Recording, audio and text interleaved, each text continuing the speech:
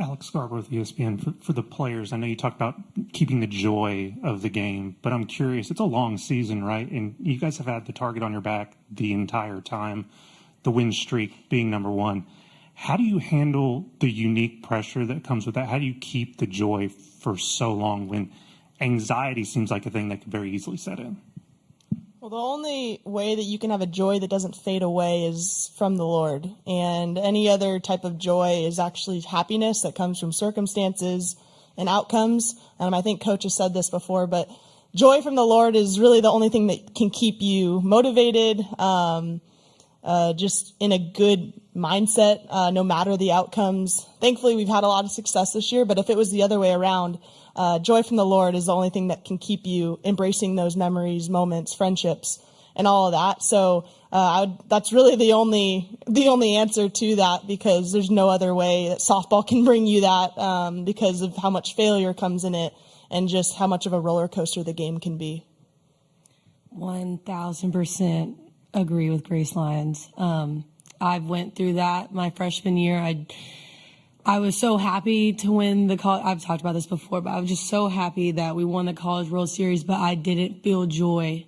I didn't know what to do the next day. I didn't know what to do for that following week. I didn't feel filled, and I had to find Christ in that. And I think that is what makes our team so strong, is that we're not afraid to lose, because if it's not the end of the world if we do lose. Yes, obviously we've worked our butts off to be here and we want to win, but it's not the end of the world because our life is in Christ, and that's all that matters.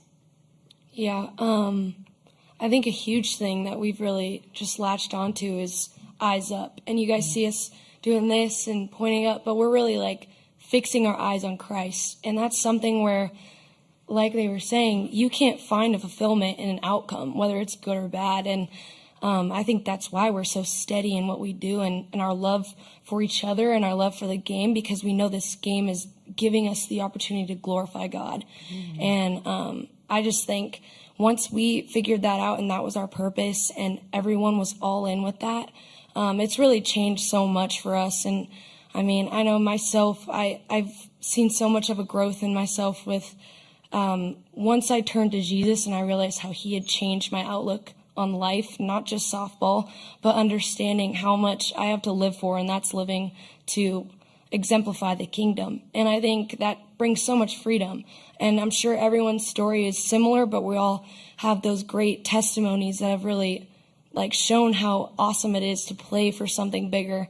And I think that's just what brings me so much joy. And no matter the outcome, whether we get a trophy in the end or not, this isn't our home. And I think that's what's amazing about it, is we have so much more. We have an eternity of joy with our Father, and I'm so excited about that. And yes, I live in the moment, but I know this isn't my home. And no matter what, my sisters in Christ will be there with me in the end when we're with our King. So, Patty, you've got to keep your eye on the prize.